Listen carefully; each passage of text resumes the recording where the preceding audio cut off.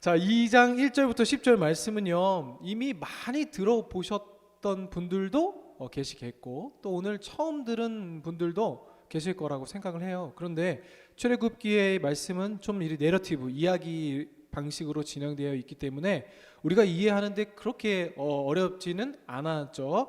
한 구절씩 살펴보기를 원해요. 지난주에 우리는요, 출애굽기 1장의 그 시대적 배경을 살펴봤죠. 애굽 왕 바로가 그 하나님의 축복으로 번성하는 이스라엘 백성들의 그 수가 기하급수적으로 늘어나기 때문에 언젠가는 자신들이 이들로 인해 위협을 받을 거라 판단합니다. 그에 대한 판단으로 대책으로 이스라엘에게 극심한 노역을 가중시키지만 그들의 수는 전혀 줄어들 기미가 보이지 않죠. 그래서 바로는 극단적인 명령을 하게 됩니다. 그 명령이 무엇이었습니까? 나일 강가에 히브리 사람들이 아이를 낳게 되면 모든 백성들로 하여금 그 집을 서로 알 수 있게 하여 만약에 아들이면 죽이고 딸이면 살려두라 라는 명령이었죠. 그렇게 어려운 시대적 배경을 갖고 태어난 아이가 있었는데 그 아이가 바로 누굽니까? 바로 모세라는 인물입니다.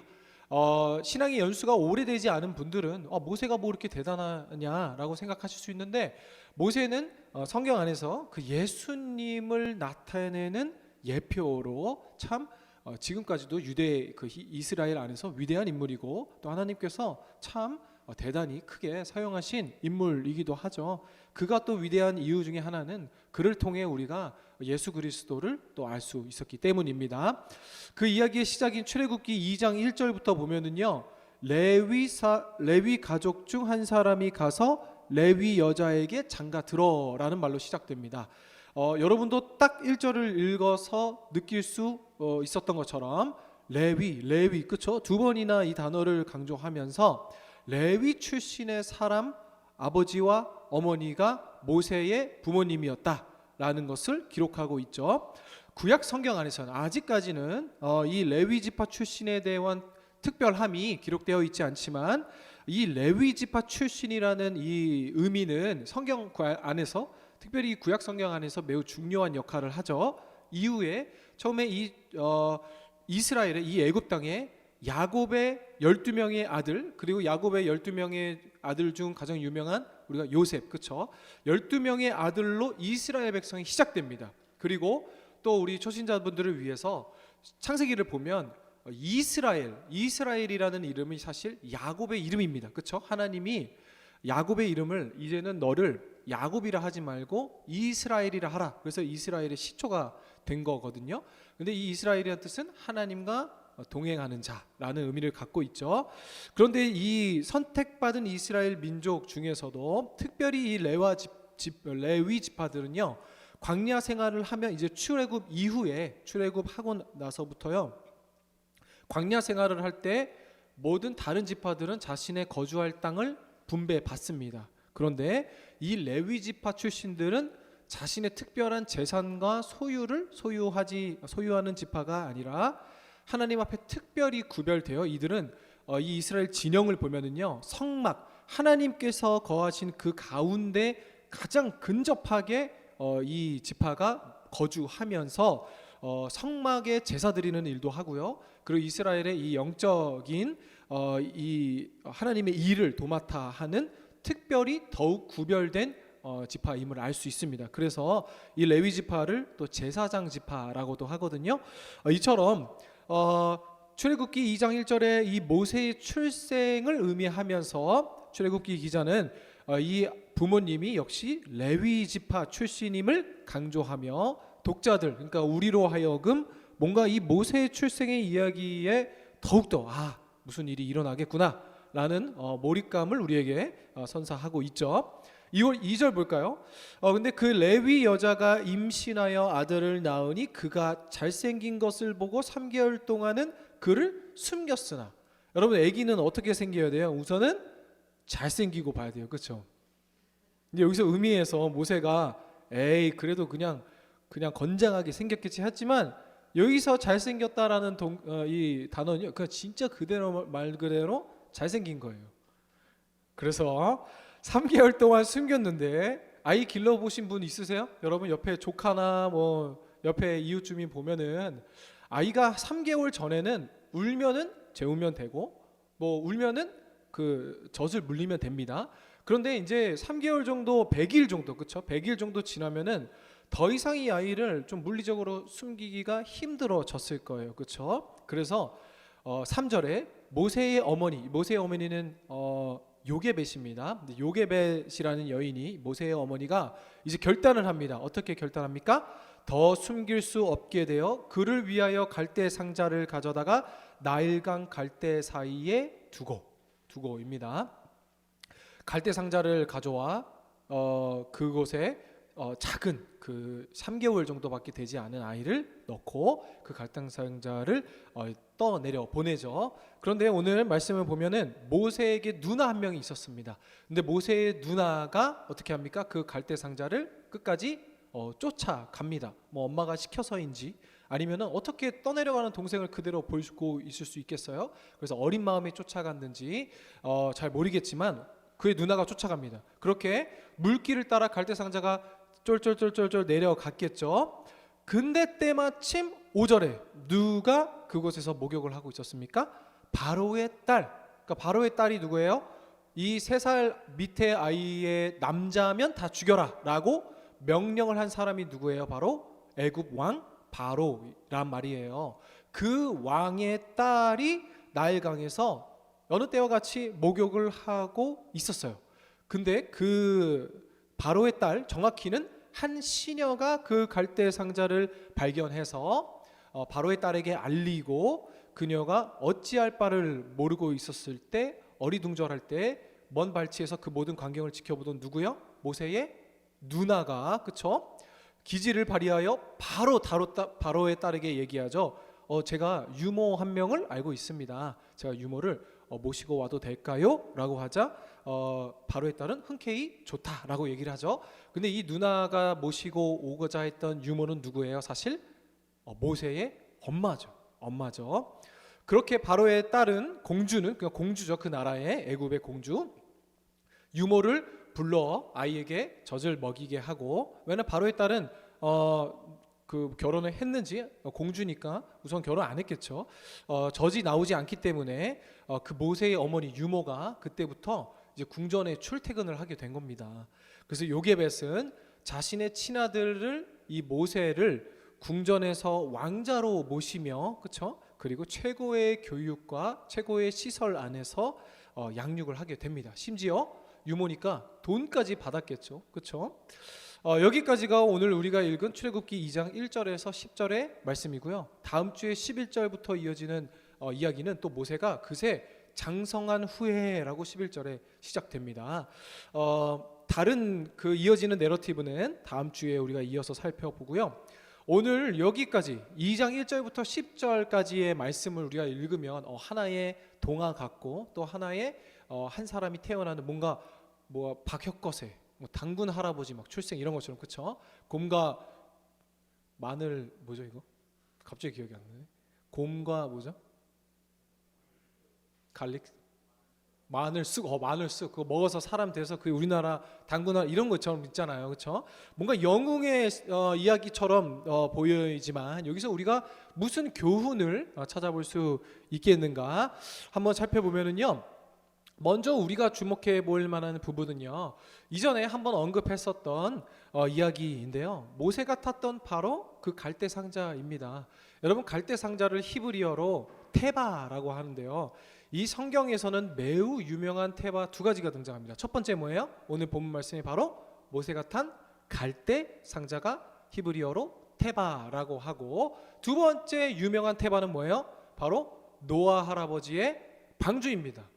근데 여러분, 방주는 온 세상의 동물을 암수 쌍씩 태우고도 남을 거대한 방주, 거대한 크기의 배였어요. 근데 오늘 모세가 탄 갈대 상자는 그저 신생아 한 명 간신히 태울 수 있는 작은 갈대 상자 역시 테바라고 한다는 거예요. 그러면 이 테바의 참된 의미는 그 크기에 있지가 않아요. 그렇죠? 그럼 어디에 있을까요? 히브리어 테바라고 할 때 가장 큰 특징은 무엇이냐면요, 나무로 만들어야 되는데 나무로 만든 것에 동력이 없는 무동력의 그 무엇을 테바라고 합니다. 그러므로 모세가 탄 갈대 상자나 노아가 탄 방주나 공통점이 뭐예요? 그 안에 조작기가 없었다는 거예요. 핸들이 없었다는 거예요. 가스 페달이 없었고 브레이크가 없었고 기아가 없었고 페달이 핸들도 없었다는 거예요. 그래서 이 노아의 방주와 모세의 갈대 상자의 공통점이 무엇입니까? 바로 하나님께 내어드리는 삶. 여러분 한번 생각해 보세요. 모세의 어머니 요게벳이 그 테바에 모세를 띄워 보냅니다. 하지만 그것은 단순히 이 아이가 애굽 군대에게 잡혀 죽든지 이렇게 떠내려가서 죽든지 어떻게 해서든 죽기 때문에 그냥 에라 모르겠다 라는 판단이 아니라 뭐예요? 오늘 우리가 이 말씀을 준비하면서 저에게 한 가지 찬양이 떠올랐는데요. 여러분도 아는 찬양일 수도 있는데 그 요게벳의 노래, 요게벳은 누구라고 했어요? 모세의 어머니예요. 요게벳의 노래라는 찬양이 있는데요. 그 찬양의 후렴구에 이런 가사가 있습니다. 너의 삶의 참주인, 너의 참 부모이신 하나님 그 손에 너의 삶을 맡긴다. 요게벳 어머니가 모세를 갈대 상자의 나일강에 띄우면서 했을 고백이었을 거예요. 너의 삶의 참주인, 너의 참 부모이신 하나님 그 손에 너의 삶을 맡긴다. 이 고백으로 그 강가에 이 갈대 상자를 띄웠겠죠. 도저히 이 아이를 살릴 희망조차 볼 수 없었던 모세의 어머니, 우리가 하나님을 간절히 부르짖고 찾을 때가 어느 때입니까? 도저히 내 삶을 내가 어떻게 해보지 못할 때 아닙니까? 힘으로, 돈으로 우리는 모든 것을 할 수 있다 그래요. 그래요, 모든 것 할 수 있어요. 그런데 그 무엇으로도 해결 못하는 게 바로 뭐예요? 죽음이란 말이에요. 죽음. 여러분, 하나님을 믿지 않는 사람이 뭔가 이 세상에는 신이 존재한다, 하나님을 믿는 순간에 가장 그 통계적으로 보면 퍼센테이지가 높은 게 언제인 줄 아세요? 자기가 암 선고 받았을 때. 암 선고 받았을 때 결국 뭐예요? 죽음 앞에 자신이 처해져 있으면서 아무것도 할 수 없는 무기력함을 느끼고 이 하나님을 고백할 수밖에 없다라는 거예요. 요게벳 모세의 어머니도 자신의 힘으로 능력으로 아무것도 할 수 없는 이 죽음 앞에서 이제 맞다, 이 아이의 삶의 주인이 내가 아니라 우리 하나님이셨지. 역시 내 삶의 주인도 내가 아니었지. 우리 하나님이셨지. 그래서 하나님, 당신께 맡깁니다. 이 모든 상황도 당신이 허락하셨으니 이 아이도 당신께서 책임지세요 라는 이 고백으로 그 테바에, 전혀 어디로 떠갈지 모르는 그 테바에 자신의 사랑하는 아들, 어쩌면 자신보다 더 중요한 가치인 자신의 자식을 내어 드리는 거예요. 사랑하는 여러분, 오늘 이 믿음의 고백이 또 우리의 고백이 되기를 주님의 이름으로 축복합니다. 안개와 같이 금방 있다 없어지는 우리의 인생, 뒤돌아보면 아무것도 남지 않는 우리 이 젊음의 때에 우리의 삶을 하나님께 맡기고 하나님께서 친히 우리의 주인 되시고 우리의 삶을 운영하시길 주님의 이름으로 축복합니다. 그러기 위해선 여러분이 먼저 하나님께 여러분의 삶의 주권, 핸들을 내어 주어야겠죠. 한치의 앞날도 모르는 우리가 누구를 책임지고 또 어떤 일을 할 수 있겠습니까? 여러분, 죽음 앞에서 그것을 깨닫지 말고 지금부터 이 젊음의 때에 온전히 우리 삶의 주인 되신 하나님께 나의 모든 것을 내어드리는 여러분 되기를 주님의 이름으로 축복합니다. 그런데 하나님께서 오직 내 삶의 주인 되십니다라는 고백으로 자기 삶을 드린 이들에게 하나님께서 어떻게 일하기 시작하십니까? 출애굽기 2장 3절을 보면은요, 갈대 상자를 가져다가 역청과 나무 진을 칠하고 모세의 어머니가 아기를 거기 담아 나일 강가 갈대 사이에 두었다 그랬어요. 어디에 두었다 그랬어요? 나일 강가, 오늘 제목이기도 하죠. 갈대 사이에 두고. 근데 여러분, 여기서 중요한 우리가 놓친 사실이 있습니다. 나일 강가가 뭐예요? 우리 출애굽기 1장 22절 말씀을 화면 보고 같이 읽을까요? 시작. 그러므로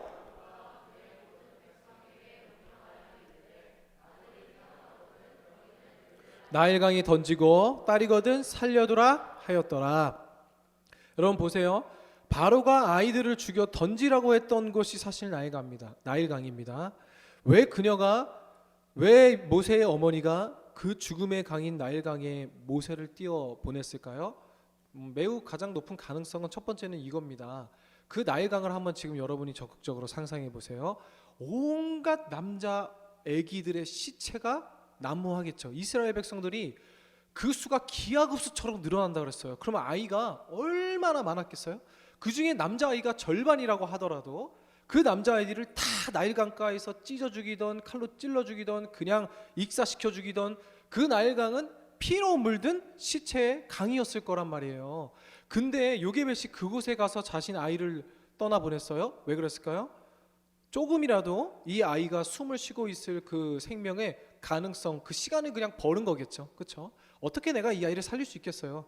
와서 죽든 여기서 죽든, 그렇죠? 자포자기하는 심정으로. 하지만 조금이라도 이 아이에게 숨이 붙어 있기를 원하는 마음으로, 그렇죠? 왜냐하면 그 나일강을 보고 애굽의 병사들이 시체인지 살아있는지, 그렇죠? 그리고 죽어가는지 별로 상관 안 했겠죠. 그렇죠? 그러한 그 틈을 타서 모세의 어머니가 그래 조금이라도 더 살아라 라는 마음으로 하나님께 맡겨드린다 라는 마음으로 그 나일 강가에 이 상자를 떠내려 보냈을 거예요.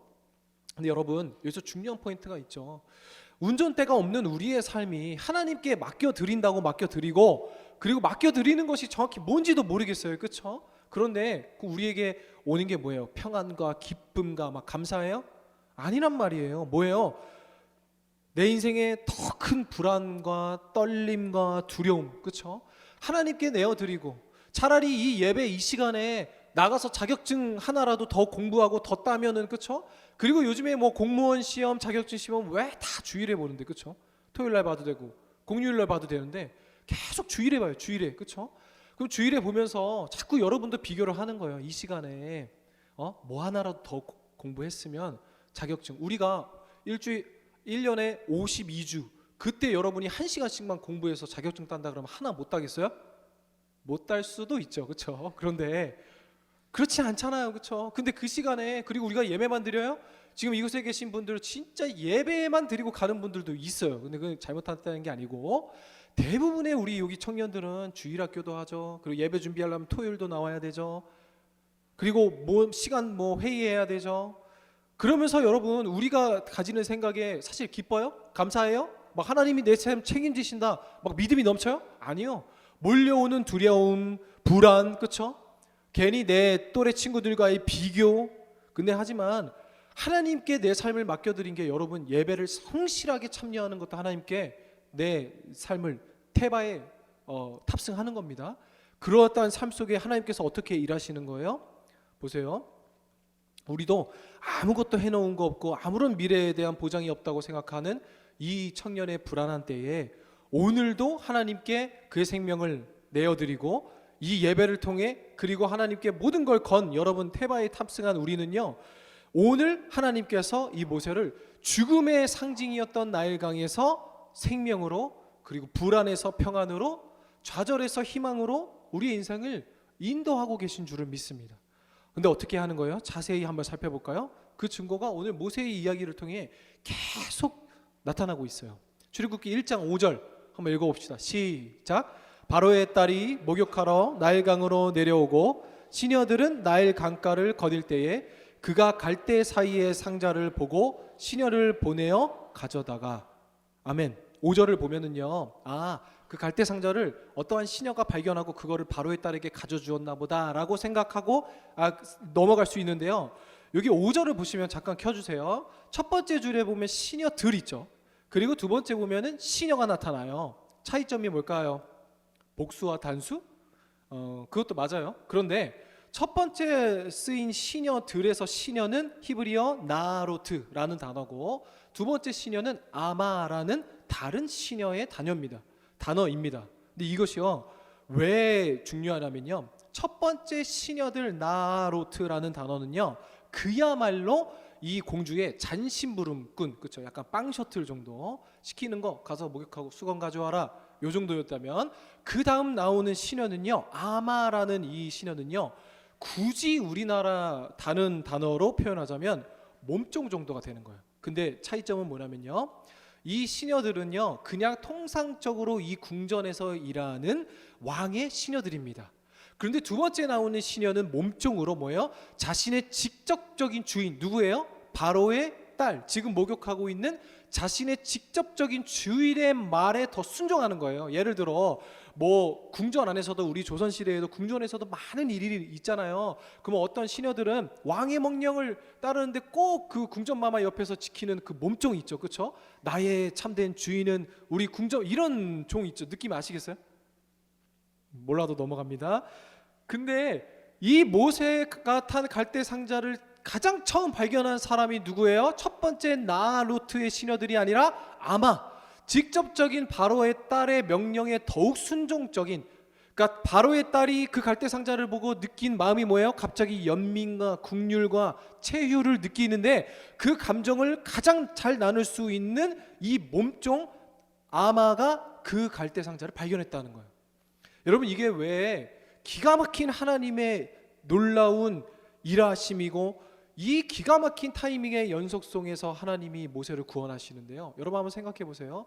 처음에 아마가 아니라 나아로트 시녀들이 모세를 발견했으면 어떻게 했을까요? 바로 딸에게 가져주지도 않았을 수도 있어요. 바로, 야 여보라, 이 히브리 보자마자 히브리 아이임을 알았어요, 그렇죠? 근데 그 히브리 아이를 당장 죽여라 해줄 수도 있고, 공주가 그걸 발견하고 공주가 그래도 내가 데려와서 키운다 했는데 어떻게 해요? 그 뒤에 이 나아로트의 시녀들이 발견했다면 자신의 그 아버지 바로에게 가서 이 모든 사실을 고했을 수도 있어요. 근데 여러분, 지금 5절을 우리가 대표로 이 하나님의 놀라운 섭리를 나눴지만 하나하나씩 따져보세요. 한번 여러분이 적극적으로 한번 상상해 보세요. 잘 보세요. 모세의 어머니 요게벳이 갈대 상자를 만들어 왔어요. 근데 갈대 상자를 띄웠어요. 그런데 어떻게 미리 예행 연습을 못 해봤네. 그냥 가다가 뒤집혀버려. 그리고 모세가 익사해. 그랬으면 어떻게 했을 거예요? 그리고 그렇게 둥둥둥 잘 떠내려갔다 해도 바로의 딸이 오늘 그곳에 지금 목욕하고 있지 않았더라면 어떻게 할 건데요? 계속 떠내려갈 거예요. 그리고 목욕을 하고 있었다 하더라도 공주가 아기의 울음소리를 들었다 그랬어요. 아기의 울음소리를 듣지 못했으면 어떻게 할 건데요? 그리고 아이가 울음소리를 들었다 하더라도 지금 함께 나눈 것처럼 먼저 발견했던 신하들이 아버지 바로 왕의 명령을 더 두렵게 여겨 죽여야 됩니다 라고 공주와 다퉜다면, 그렇죠? 그리고 모른 채 하지 않고 공주가 목욕을 같이 하던 신하들에게 그 모든 것을 설득하지 않았더라면, 여러분 오늘 본문 말씀 속에서요, 그 모든 시간, 공간, 환경, 심지어 공기, 분위기, 소리, 그 하나 세밀세밀한 모든 그 상황과 형편을 하나님께서 장악하지 않으신 부분이 없다라는 거예요. 세상은 이것을 설명할 길이 없어 뭐라고 합니까? 우연, 연인, 운, 이렇게 얘기해요. 근데 우리 예수 믿는 사람들에게 우연이라 있습니까? 아니요. 운이에요? 아니요. 여러분 어째서 모세뿐이겠습니까? 우리 모든 삶 하나하나, 여러분의 모든 순간순간 그 분위기 하나하나, 공간 하나하나, 여러분의 모든 환경을 오늘도 하나님께서 사실 치밀하시고 세밀하게 간섭하시는 하나님의 이 모든 빌드업, 큰 그림이라는 거예요. 여러분이 선택해서 지금 이 자리에 있는 것 같아요? 그냥 저는 태어나서부터 모태신앙이어서 이곳에 있는 것 같아요? 아니요. 하나님이요, 여러분을 이 자리에 앉히기까지 수많은 조연과 수많은 주연과 돈과 시간과 우연함과 모든 공기와 분위기와 소리까지 하나님께서 만지셔서 여러분을 이 자리에 앉히지 않고서는, 여러분이 이 자리에 오지 않고서는 못 배기게 만드셨다는 거예요. 지난주 월요일에요, 제가 이제 월요일 날 쉬거든요. 주일에 저희 사역자들은 섬기니까요. 그런데 월요일에 드디어 어디를 갔냐면요, 와이프랑 영화관을 갔어요. 영화관. 대단하죠. 지금 여러분은 그냥 영화관 가고 싶으면 가고 그냥 보고다가 재미없으면 나오고 그냥 맘대로 하는데 이제 아이 태어나 보세요.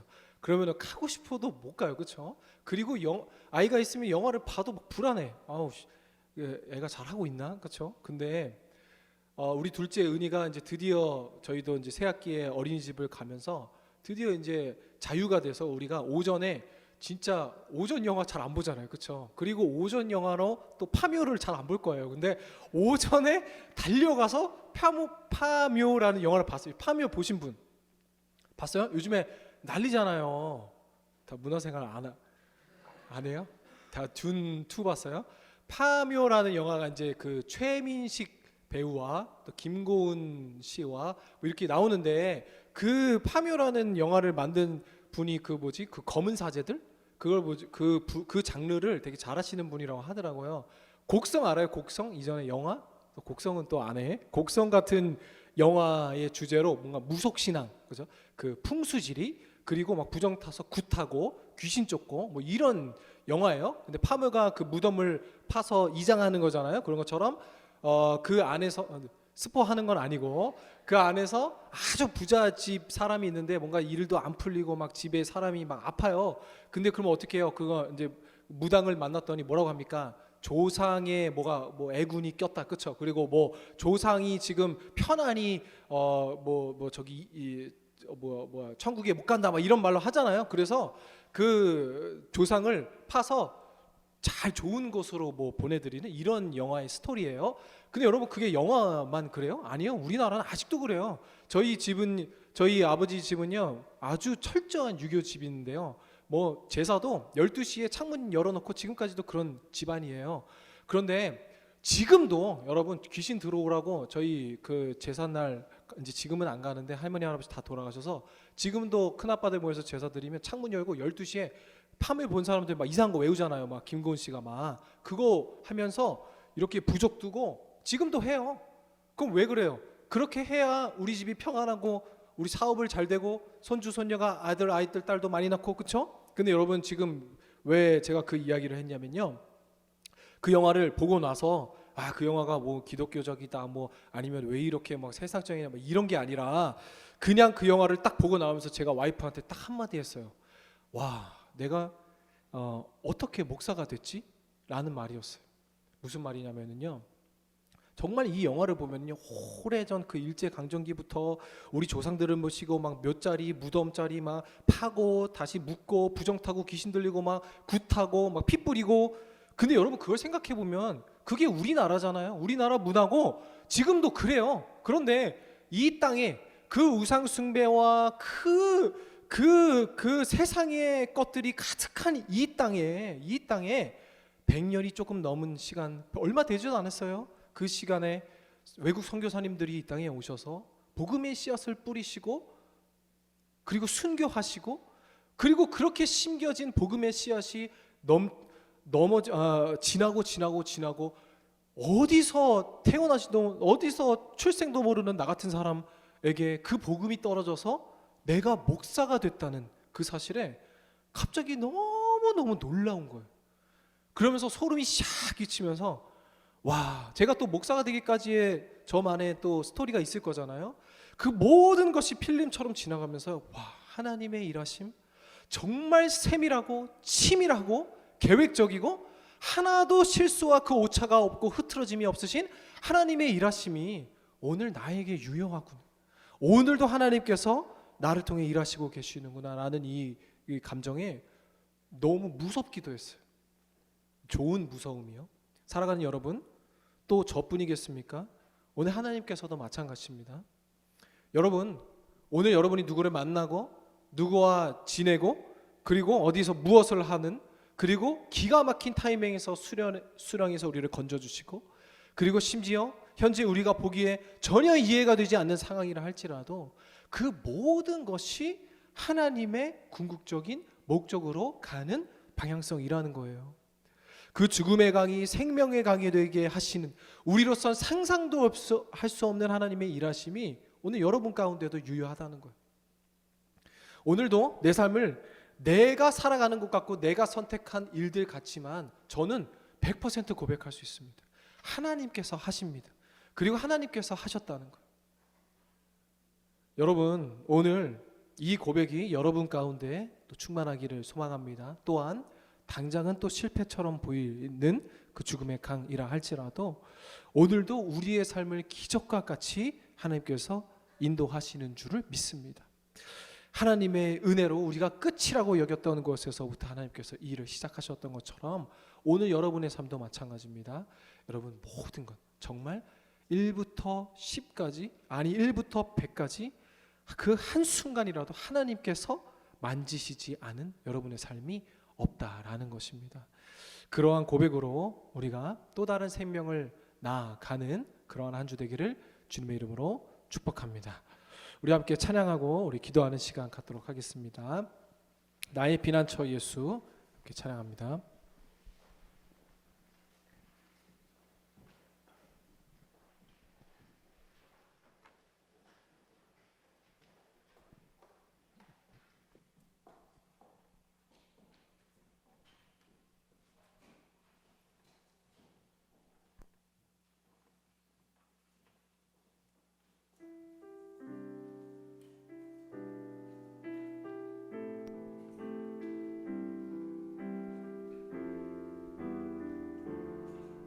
나의 피난처 예수, 나의 피난처 예수 의지해요. 나의 피난처 예수 의지해요. 나의 가는 길에 거센 바람 몰아쳐와도 나의 피난처 예수 의지해요. 나는 영원히 주님, 나는 영원히 주님 사랑해요. 나는 영원히 주님 사랑해요. 세상 어떤 것도 나의 사랑 끊을 수 없네. 나는 영원히 주님 사랑해요. 아바 아버지, 아바 아버지, 나를 사랑하시니 나의 모든 것 주께 드려요. 아바 아버지, 내가 여기 있으니 주님 영광 위하여 서주세요. 처음부터 고백합니다. 나의 피난처 예수 의지해요. 나의 피난처 예수 의지해요. 나의 가는 길에 거센 바람 몰아쳐와도 나의 피난처 예수 의지해요. 아바 아버지, 아바 아버지, 나를 사랑하시니 나의 모든 것 주께 드려요. 아바 아버지, 내가 여기 있으니 주님 영광 위하여 서주. 아바 아버지, 아바 아버지, 나를 사랑하시니 나의 모든 것 주께 드려요. 아바 아버지, 아버지, 내가 여기 있으니 주님 영광 위하여. 한 번 더 고백합니다. 아바 아버지, 아바 아버지, 나를 사랑하시니 나의 모든 것 주께 드려요. 아바 아버지, 아바 아버지 내가 주님 교회 위하여 주님 교회 위하여 한 번 더 고백합니다. 아바 아버지 아바 아버지 나를 사랑하시니 나의 모든 것 주께 드려요. 아멘. 아바 아버지 내가 주님 영광 위하여 주님 영광 위하여 서주세요. 아멘. 사랑하는 여러분, 오늘 모세의 이야기처럼 모세뿐이겠습니까? 예수 그리스도의 죽으심과 그의 부활하심을 아는 우리에게는 하나님의 더 큰 충만한 은혜와 사랑이 이미 여러분에게 주어진 줄을 믿습니다. 모세의 스토리를 우리가 하나하나 상세하게 살펴보면서 그 1초, 1분, 그 한순간 한순간이라도 하나님께서 정하신 그 타이밍에 그 필름의 그 씬대로 흘러가지 않았더라면 이루어질 수 없었던 그 이야기처럼 여러분 오늘도 아니요 지금도 하나님께서 여러분의 삶을 한 씬 한 씬 한 씬 살피시고 아 그래 지금이야 그래 지금이야 그래 지금이다 라는 그 모든 매 순간마다 멈추게 하시고 또 누군가 만나게 하시고 만남을 통해 듣게 하시고 느끼게 하시고 또 멈춰서 쉬게 하시고 여러분 그 모든 순간이 우리가 보기엔 답답하고 우리가 보기에는 실패인 것처럼 보이고 우리가 보기에는 우연인 것처럼 보인다 할지라도 그 모든 세밀한 하나하나의 그 과정이 우리의 삶이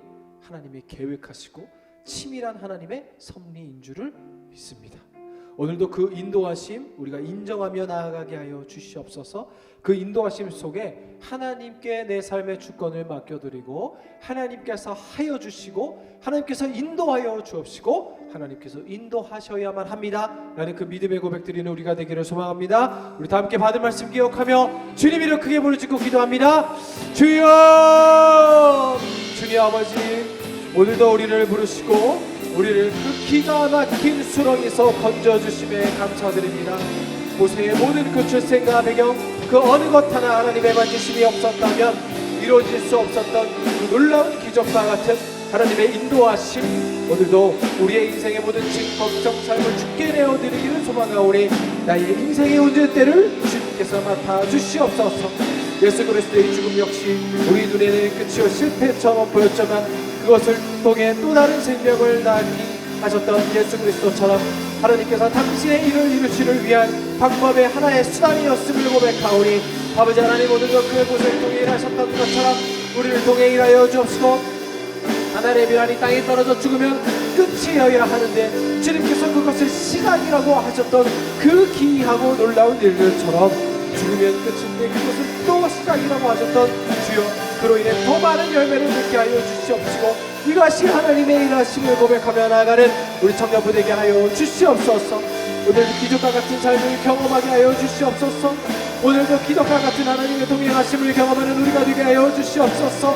오늘도 우리 삶 속에 우연이고 연인이고 운이라고 표현하는 그 모든 것 하나님께서 이루신 줄을 믿사오니 오늘도 우리 삶을 끊임없이 견인해 나가시는 하나님께 순종하며 나아가는 우리 모두가 되게 하여 주시옵소서. 아버지 하나님 인도하여 주실 줄을 믿습니다. 온전히 돌보실 영심을 믿습니다. 아버지 하나님 오늘도 사랑해 주셔서 우리와 함께하여 주옵시고 온전히 주님의 동행하심으로 말미암아 사랑하게 하심에 감사를 드리오니 주여 아버지 끝까지 포기하지 않으시는 하나님의 사랑으로 말미암아 살아가는 우리 정기업부 되게 하여 주시옵소서.